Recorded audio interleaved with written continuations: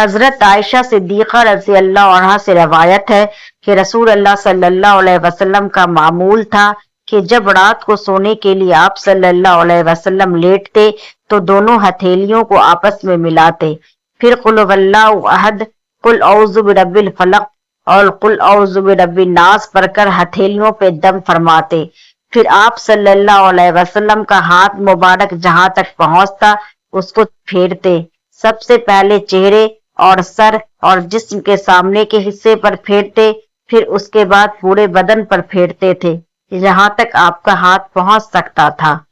تو میرے پیارے بھائیوں اور بہنوں، یہ بڑا پیارا عمل ہے۔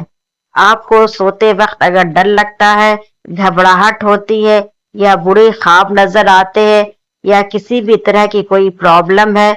تو آپ یہ ضرور کریں، اور یہ ہمارے پیارے نبی کی سنت بھی ہے۔ رسول اللہ صلی اللہ علیہ وسلم فرماتے ہیں کہ ہمیں رات کو سوتے وقت دائیں کروٹ سونی چاہیے۔ تو میرے پیارے بھائیوں اور بہنوں، جب بھی سونے کے لیے لیٹے تو دونوں ہتھیلیوں کو آپس میں ملائیے اور قل هو اللہ احد، قل اعوذ برب الفلق اور قل اعوذ برب الناس پڑھ کر ہاتھوں پر دم کرے اور اس کو اپنی پوری باڈی پر پھیر لے۔ سر سے شروع کرے اور چہرے اور جسم اور پہلے سامنے کے حصے پر آپ یہ کرے، پھر جہاں تک آپ کا ہاتھ پہنچے پورے باڈی پر اپنے ہاتھوں کو پھیر لے۔ انشاءاللہ برے خواب آپ کو نظر نہیں آئیں گے، ڈر نہیں لگے گا،